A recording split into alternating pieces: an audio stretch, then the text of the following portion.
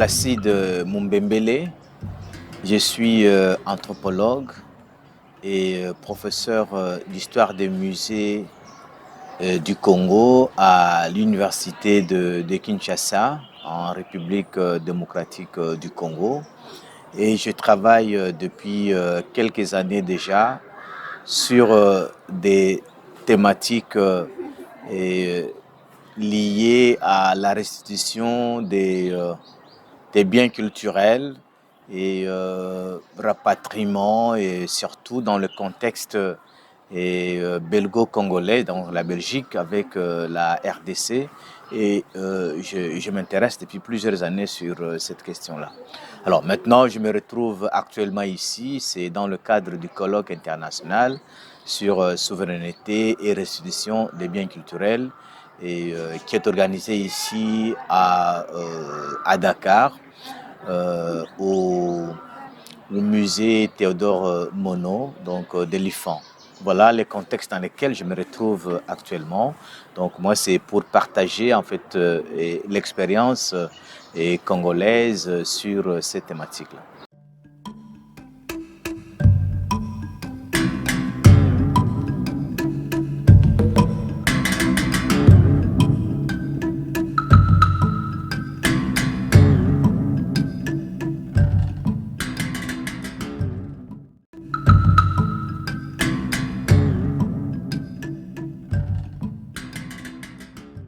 Ici, je pense qu'il y a d'abord, il faut faire la part des choses. Ça n'a pas été une restitution au vrai sens du terme. C'est-à-dire que là où vous avez d'abord des échanges entre deux parties qui amènent à une restitution de la propriété juridique en fait aux concernés. Mais ça a été un prêt. Je sais que ça peut déranger. Ça a été un prêt, c'est-à-dire que la Belgique a prêté l'objet à la RDC. Pourquoi? Parce qu'à l'époque, la Belgique n'avait pas encore voté une loi sur la restitution de certains objets. Et comme cela avait été placé dans le contexte du voyage du roi Philippe, donc on peut dire du voyage politique du roi Philippe qui était en visite diplomatique également en RDC, et il fallait que la Belgique puisse présenter quelque chose qui pourrait montrer en fait sa volonté politique à pouvoir échanger, discuter avec la RDC sur la question de la restitution. C'est pour cela qu'on avait envisagé de pouvoir apporter un objet. Comme il n'y avait pas de loi, donc on a dû prendre une option, celle de pouvoir utiliser le terme des prêts, donc un contrat de prêt à durée indéterminée et qui a été signé entre les deux parties. Donc c'est dans ce contexte-là que cet objet se retrouve en RDC. Mais il faut dire que cet objet n'a pas été le choix de la RDC. Donc c'est la Belgique elle-même qui a choisi cet objet sans la volonté du pays, ni encore la volonté de la communauté source et qui a créé cet objet-là. Et ça, c'est quand même quelque chose qui est assez particulier parce que la partie concernée n'a pas été totalement impliquée, n'a pas été consultée sur cet objet. Et raison pour laquelle il y a eu beaucoup de contestations, d'abord de la part de la communauté source, dans ce sens que la communauté source avait estimé que cet objet n'avait pas été l'objet authentique. Et on a estimé que c'est un faux qui a été présenté et que le vrai objet n'était pas celui-là. Alors là, c'est vraiment des discussions qui ont amené du côté congolais à une véritable contestation, parce que non seulement que les communautés sources ou la communauté source, parce qu'il s'agit de la communauté Soukou avait contesté cela, mais il y a eu également tous les jeunes qui ont estimé que la Belgique n'avait pas donné l'objet authentique. Donc il y a énormément de choses qui se sont déroulées quant à la remise de cet objet aux autorités congolaises. Alors, mais une autre contestation aussi, c'est le fait que cet objet, au lieu qu'il soit rendu à la communauté, il a été placé dans un musée. Donc, ce qui a suscité énormément des inquiétudes de la part de la communauté aussi. Est-ce qu'il fallait le rendre directement à sa communauté ou il fallait le placer dans un musée? Donc il y a un peu cette forme de muséo-centralisation des objets dans le contexte de la restitution.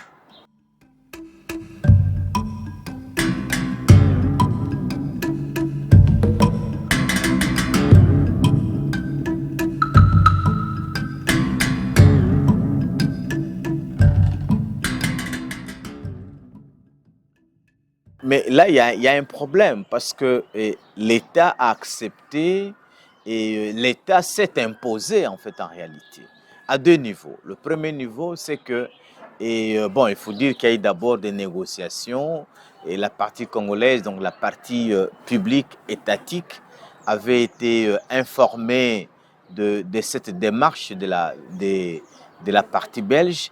Mais l'État n'avait pas intéressé la communauté en ce moment-là pour dire, bon voilà, il y a tel objet qu'on voudrait rendre à la RDC, c'est un objet qui vous appartient, on souhaiterait avoir votre point de vue par rapport à ce même objet. Cela n'a pas été fait. Donc ça a été une décision unilatérale de la part de l'État de pouvoir le faire. Deuxième chose, c'est que quand l'objet rentre, si on estime que c'est un objet qui appartient à telle communauté et que c'est un objet qui avait un caractère rituel, donc logiquement, cet objet devrait être rendu à sa communauté locale pour que la communauté puisse s'en servir pour l'une ou l'autre raison. Mais cela n'a pas été fait. Donc il y a une forme d'imposition de la part de l'État qui n'a pas tenu compte en fait de l'enjeu que pouvait avoir cet objet au sein de sa communauté. Et nous pensons que cette attitude ne permet pas aux communautés en général et à la communauté souk de pouvoir s'approprier de cet objet.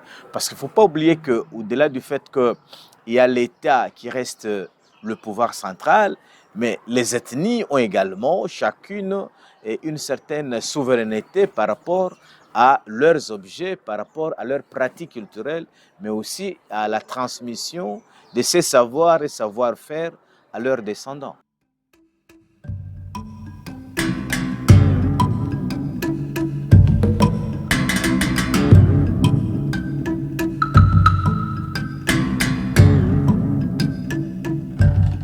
Alors, il faut rappeler aussi que l'arrivée de cet objet a aussi suscité au sein même de la communauté une certaine... et ça a été une source de conflits également entre différents acteurs au sein de la communauté qui voulaient se positionner et comme acteurs majeurs aussi dans cette forme de restitution. Donc, ça devait être un moment de réconciliation, un moment de convivialité entre membres de la communauté, mais il y a eu d'autres enjeux qui sont des enjeux de positionnement politique et des enjeux aussi de guerre de leadership entre acteurs de cette même communauté qui ont fait que cet objet est devenu en fait comme un objet orphelin et un objet qui n'a pas de père et qui est en fait à la base de ces dysfonctionnements. Donc c'est pour cela qu'il était quand même très important que les communautés sources soient informées et puissent participer de façon active dans ce processus-là.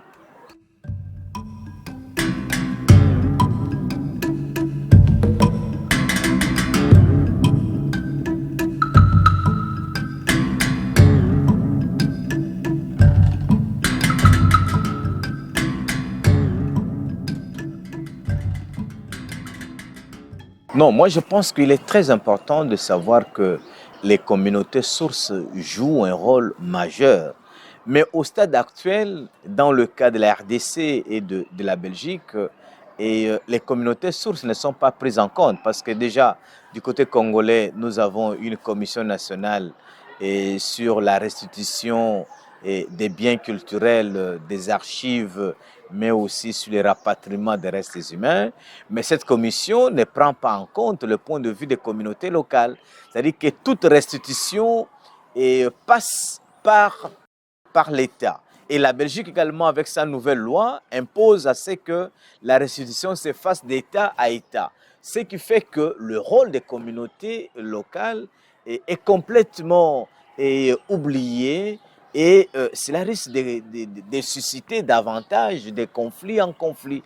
Et je crois que nous sommes à ce stade-là et ce qu'il faut faire maintenant, c'est d'ouvrir le dialogue entre l'État et les communautés sources par rapport aux objets que ces communautés voudraient avoir dans le cadre de la continuité de leur survie culturelle, voire économique aussi. Alors, moi, je pense que le stade actuel nous impose un dialogue d'abord très ouvert, mais aussi il faut savoir identifier ces objets-là. Ça, c'est très important. Est-ce que les communautés sources connaissent ces objets? C'est aussi la question qu'il faut savoir. Et elles ne les connaissent pas tous. Parce que c'est des objets centenaires, c'est des objets dont la mémoire collective ne s'en souvient plus. Il y a beaucoup d'histoires liées à ces objets-là. Donc il est très important que ces communautés soient d'abord informées. Et ça, c'est à l'État de pouvoir présenter les types d'objets qui doivent faire également l'objet des discussions entre les parties, ce qui permettrait à ces communautés de pouvoir se souvenir et grâce à la tradition orale, on peut facilement remonter leurs histoires et permettre à ces communautés de pouvoir s'en approprier. Mais dans le cas contraire, nous risquons d'aller de conflit en conflit. Hein. On est parti d'abord de conflits entre États à travers ces objets. Maintenant, on va assister à des conflits entre États et communautés locales. Donc, ce qui risque de perturber davantage en fait ces processus.